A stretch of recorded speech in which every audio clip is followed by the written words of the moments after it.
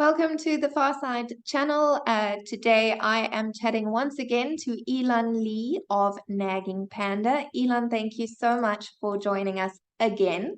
It's a pleasure. Today we're not talking about the challenges you faced. We're talking about how you solve a challenge for other people with Nagging Panda. So tell us more about it. Sure.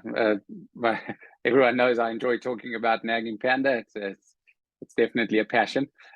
So when we set out, we set forward with call it three solves to three problems, which is number one, that businesses get paid late or not at all. Two is that businesses, for some reason, there's many, but they don't get the time to follow up on their quotes. And three is that businesses end up writing off too much money, sometimes too quickly, because they can't quite find the help to collect it, which also has many reasons underneath it. We attack it from a technology point of view, and we often say, it's a question of return on time invested.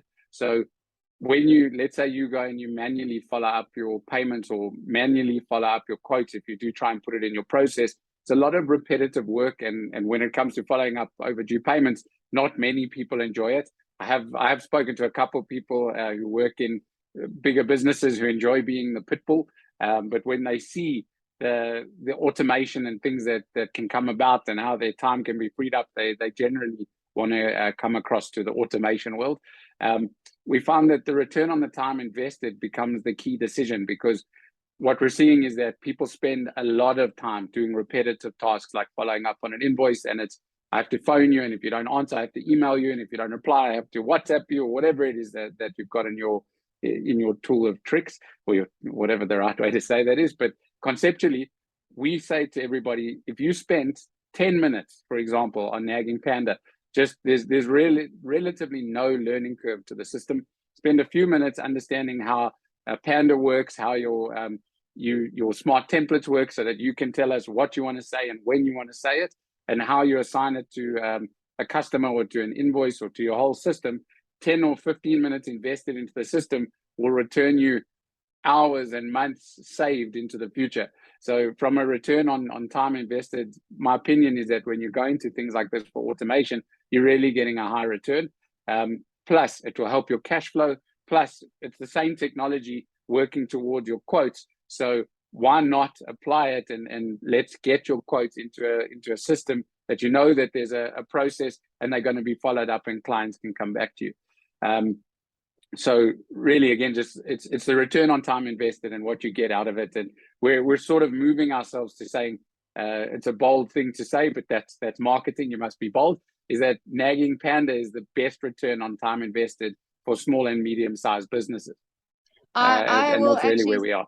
I'll second that though, because I mean, I've used your software, and like you say, there's very little time, or it takes very little time to learn. It's really easy to learn. It's very quick.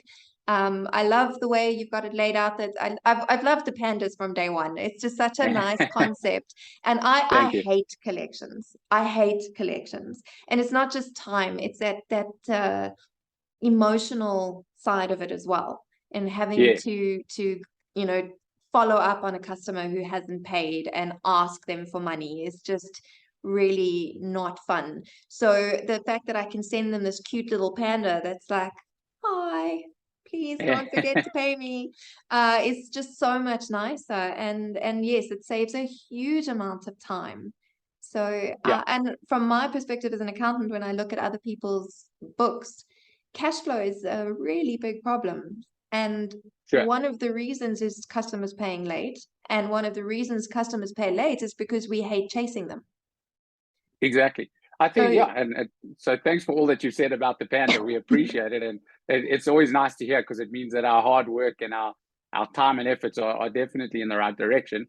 But, when it comes to cash flow and the discussions and the things that we've seen with people, the impact is quite amazing to see people responding well, customers changing their behavior, actually making payments, and businesses really able to turn things around because of cash flow. And it comes from sometimes the smallest places that you wouldn't have quite imagined, where we're working with like let's call them aircon refueling companies, or, you know, the guys that are putting gas in your aircon. They've got a call out fee, and they're doing however many call outs a month. It can be hundreds or thousands, but it's 600 Rand per call out. And now it's a small amount to chase, but many times in a month. And for the people making those calls to chase the 600 Rand, it's taking them all day. Whereas if you just put a system to it like Nagging Panda, let the Panda do its thing, let it escalate over time for you, you're seeing those 600 Rand start to come into your bank account and making a big difference with no extra effort other than the 15 or 20 minutes that it took you to set up. And once. So amazing. That is so amazing. It's amazing the change. Yeah. Such a big difference on cash flow for such a tiny amount of time, you know, spent. Yeah, it's a massive return in terms of time and cash flow, as well as, like we said, and that's why I talk to people often about the chasing of a quote. And when we say chasing, you obviously don't want to go crazy and drive customers mad. But I heard a stat. I was talking to somebody the other day. He said, you know, only 5% of salespeople actually follow up their quotes. And I mean, the stat backs up what I've been saying. I don't know where he gets the stat from, but it sounds it's an intense stat, because it's showing you if you've got people working for you, they generally aren't following up on their sales quote.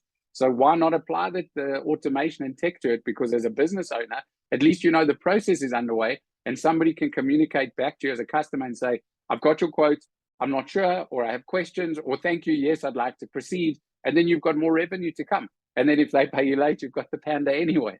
Yeah, exactly. And, you know, it's funny because I think the same psychological thing applies to quotes, is that a lot of people, and I know it's quite strong in accountants, is that we sort of feel bad to charge for our services. It is crazy because we've spent years building this value and building this knowledge, but you kind of feel like, you know, you're uncertain as to whether someone wants to pay you for that knowledge.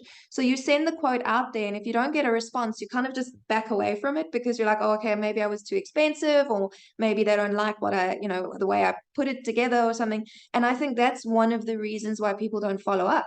So again, if you've got this cute little Panda following up for you, you'll get that response. You'll get someone coming back to you and saying, well, actually, it was too expensive, sorry. Or, oh no, sorry, I was busy.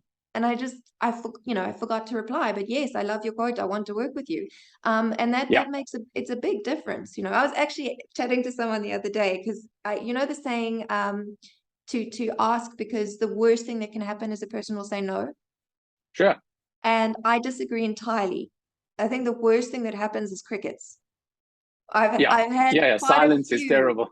I had quite a few in the last 2 months where I've sent, you know, requests to people either for interviews, or I've sent quotes, or I've sent suggestions, and it's just silence. And I'm like, rather tell me you don't like me. I'd rather know. I'd rather hear the words, no, I don't want to work with you, I don't like you, than silence. So I think, it's the same thing with your quote follow-up. It's the same with the payment follow-up. It's a psychological relief that the system is doing it for you.